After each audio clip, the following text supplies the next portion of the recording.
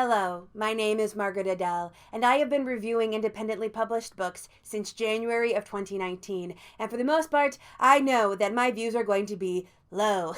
Standalone book reviews just don't perform very well on BookTube as a whole. In fact, it's one of the worst performing forms of content, and the very niche, less than 10 reviews on Goodreads books that I get sent aren't going to be bucking that trend, but sometimes, just these very rare occurrences where that review video that got a pittance of views will suddenly jump up.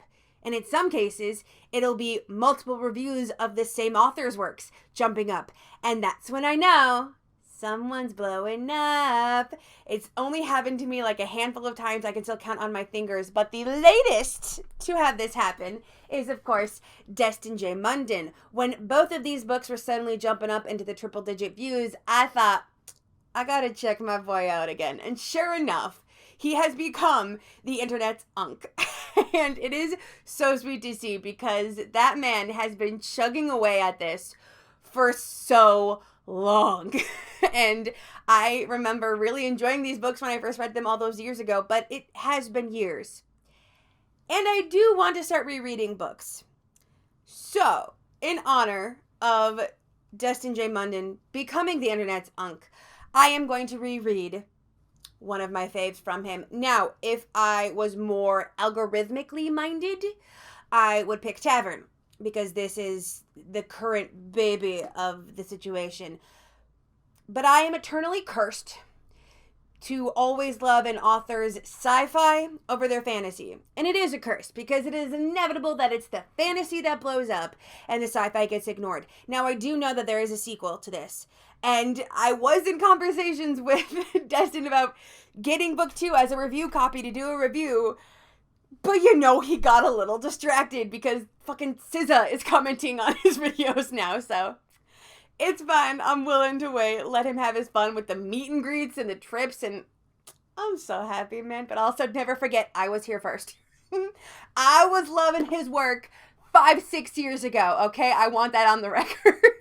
Regardless, we are going to reread Dusk Mountain Blues, the book that made me realize I love silly sci-fi westerns. So what is Dusk Mountain Blues by Deston J. Munden about? This is a kitsch sci-fi western about a family of mutant rednecks. They all escaped from the same lab together. I believe there were 5 of them, but there might have been 4, and they decided to consider themselves brothers. And all these years later, they are now each the grandfather patriarchs of their own families, and you have this sprawling extended family of mutants across them their hills, and they're doing their redneck moonshiner stuff. And for the most part, before now, the police have just kind of let them have their way.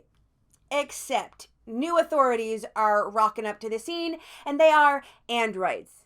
That's right, it is mutant rednecks versus android cops. The first time I heard that premise, I was like, why don't I already own this book? Why don't I already have that? That sounds awesome. And it was. This was a 5-star, even if I don't remember all of the details. And I'm not going to rewatch my old review just yet because I don't want to just end up repeating what I said back then. I want to know 5 years later, what do I still think about this? Because a lot of my tastes have changed, but my love for silly sci-fi has remained pretty strong. And I also remember that this book has a pretty gigantic cliffhanger ending. Like world-changing cliffhanger ending. So I'm a little nervous. I do remember vaguely some of the details, mostly freaking out and demanding the sequel 5 years ago. So hopefully this will help me feel refreshed for when I do finally get the sequel, when, Mr. Munden can find time in his incredibly insane busy schedule of an up-and-coming author. But let's jump right into it. I think I might take this with me to the wrestling show tonight, too. Apropos of nothing, does anybody else fixate on making sure their bookmarks match the vibe of the book? Or is this just me? So I am 50 pages into Dusk Mountain Blues by Deston J. Munden, and I'm honestly surprised at how fast this is reading, because I am currently doing 2 pages a minute. Now, it is a reread, and the text isn't too dense, but I think part of it is just the fact that My reading speed has increased so dramatically in the 5 years since I first read this. You know, when you're regularly reading over 100 books a year, you kind of just naturally build up the skill and get faster at it. But I am remembering how much I love the writing style here. You can practically hear the southern twang in the words as you read, and it's so much fun. I also love the kitsch because our grand patriarch of the family, Drifter, will feel nothing about killing a man, but he doesn't want to swear because his wife asked him not to. Like, it's so funny. And we have just gotten the introduction, or rather the mention of the big antagonist, the new police commander that's coming in, and it's supposed to be a big deal because the big corporations want to take over this planet, and the cousins are about to go off and do something ill-advised, an attack on the blue coats. And I love Kindle, who is the youngest of our POV characters. It is Drifter, his son Appetite, and his daughter Kindle, and they do all have the fun nicknames. And I'm just remembering how much I loved the characterization of this, and I'm also wondering if this actually does take place on Earth. I can't remember, because they are referencing the old world, and I do remember a part in the book that was very definitely New Orleans Bayou inspired, but they did crash land from another planet. So I'm trying to remember if that's like what they technically crash landed on Earth again. Like, I can't remember, but I am so loving the vibe. The vibe is exactly what I remember. And I'm happy that it's going so well, because if you've been around for my last rereading vlog, that did not go well. But this one's holding up 5 years later, so fingers crossed it continues. Oh, and also good news, I did find 2 prompts from the hardest reading challenge you'll ever do that will fit for this, because that reading challenge requires so many books that basically everything I read needs to fit into at least one.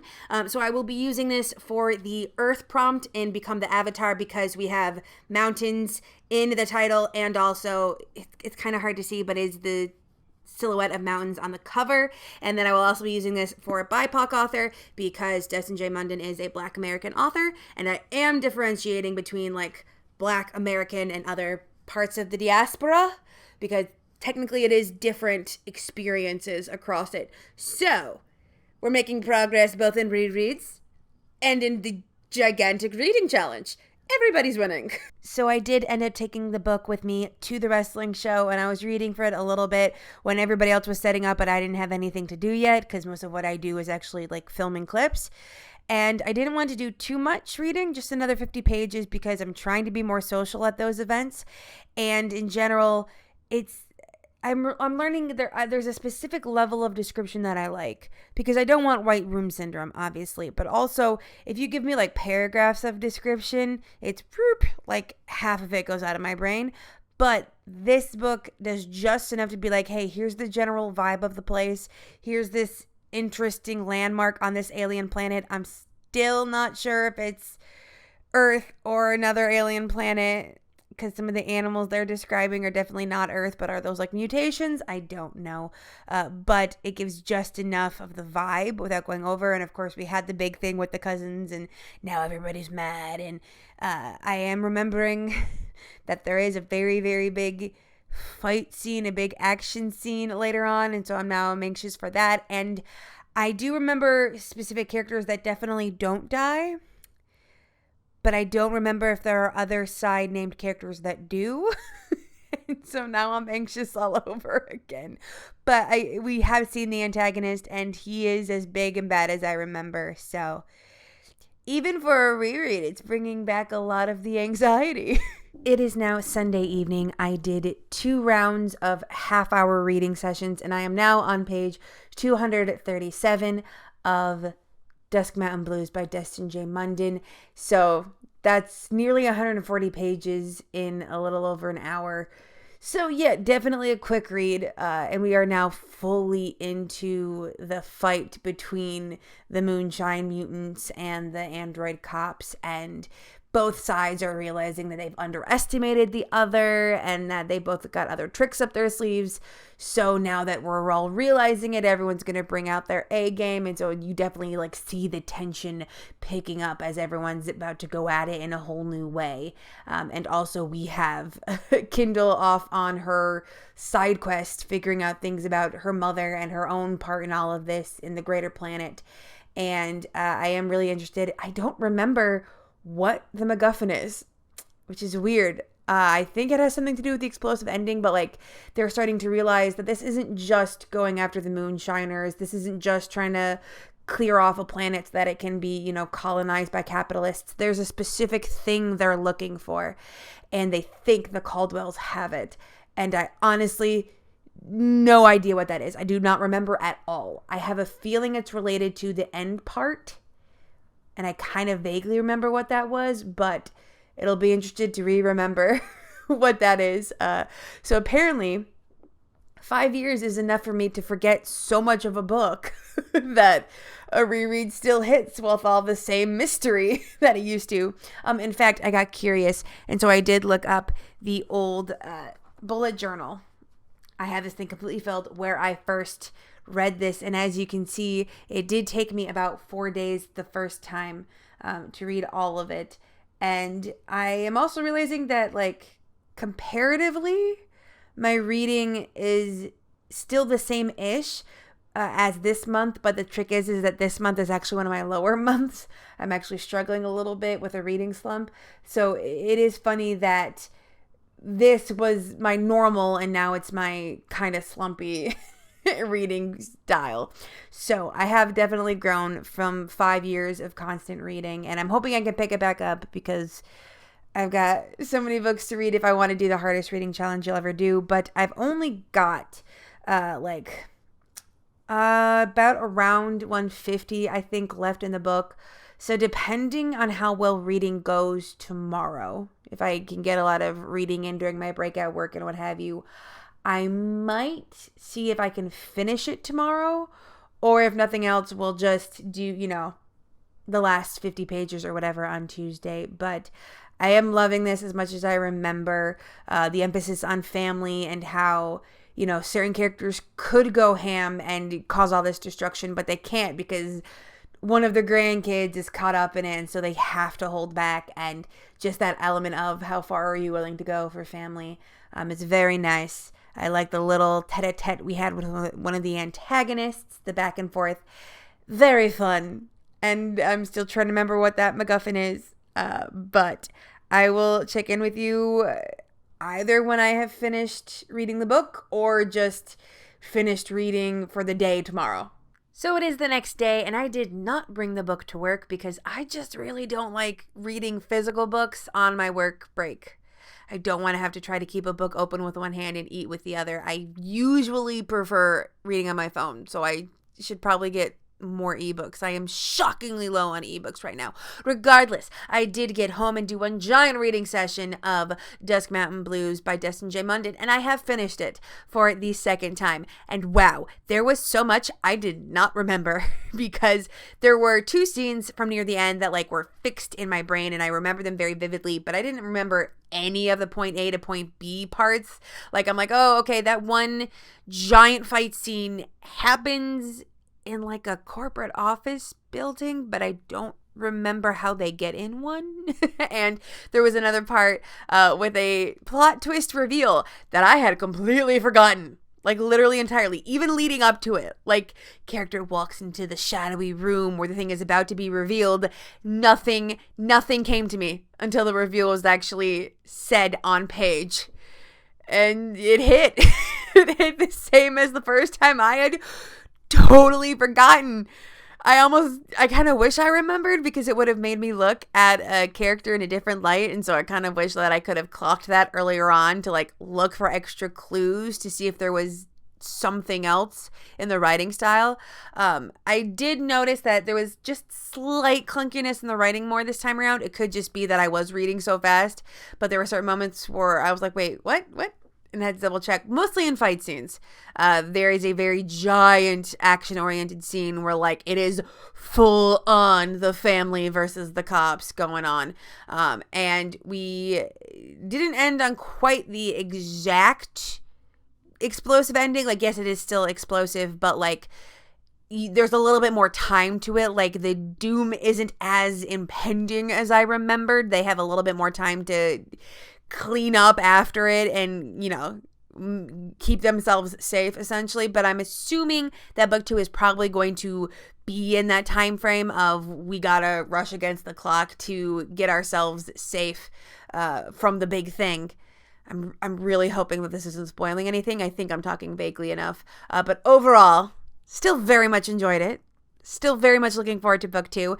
And it's really nice to have recently reread this because you would not believe how long I have gone between reviewing the same books in a series. Because a lot of cases, indie authors, if something happens in their personal life, they can't get the next copy to me for a while. And so in one case, it was at least 2 years between installments. And my dumbass hasn't figured out that I should do more to brush up my memory when I do that. At the very least, I need to start just watching my old reviews. I still haven't for this one, BTW. Mostly because my early reviews were not the best. YouTube is one of those things where it just takes a while for it to lock in and click for you and to get truly comfortable talking in a room by yourself on a camera. Even though I just screwed up that sentence, we're going to pretend I'm experienced at this. So going back and watching that old content is secondhand embarrassment, I guess. Or is it still firsthand when it's yourself? Anyway, I very much enjoyed this one. I would still very much recommend this one. Deston J. Munden does deserve all of the hype he is getting now. If you guys really want to see me reread Tavern, that would probably be a while. Only because I've got so many things to work on finishing out, both for content and for challenges before the end of the year. So it would probably be in the new year. But if y'all really want to blow this up, we'll look into it then. Regardless, definitely check this one out if you love kitschy sci-fi westerns, or just anything that doesn't take itself as seriously but also still has a very deep emotional through line, which is honestly my favorite kind of book, right? The books that know how to be silly but still have heart. Oh, it's the best. Regardless, I'm done talking now. Thank you so much, Deston J. Munden, for sending me this way back when. So happy to hear that you're blowing up in all the ways. Keep it up with the rodent merch. I love those little designs. And with nothing else to say, I hope you have a wonderful day and a marvelous tomorrow.